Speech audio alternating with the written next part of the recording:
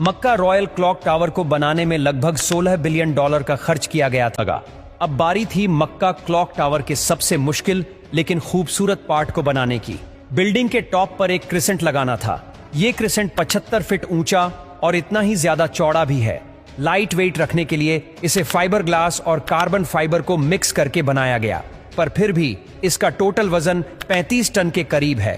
Crescent और घड़ियाल के ऊपर हीरे को बनाने की जिम्मेदारी जर्मन कंपनी रीवा को दी गई। जानकारी के लिए बता दें कि इस घड़ियाल को दुबई में बनाया गया और फिर बाद में उसे मक्का ट्रांसपोर्ट किया।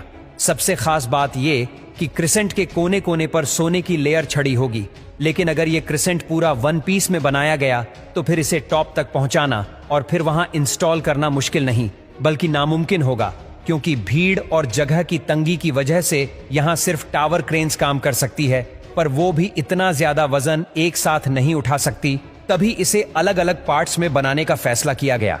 इस क्रिसेंट पर गोल्ड की लेयर चढ़ाने के लिए करीब 10 करोड़ मोज़ेक टाइल्स के पीसेस चिपकाए गए, जिन पर सोने की लेयर छड़ी हुई थी।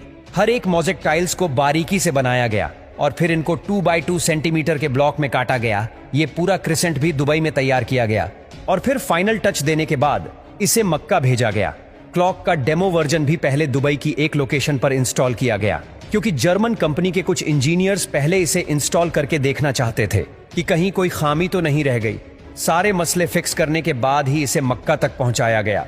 600 मीटर की ऊंचाई पर क्रिसेंट की इंस्टॉलेशन भी एक बहुत बड़ा चैलेंज था, क्योंकि इतनी ज्यादा ऊंचाई पर टावर क्रेन्स इतना ज्यादा लोड नहीं उठा सकती।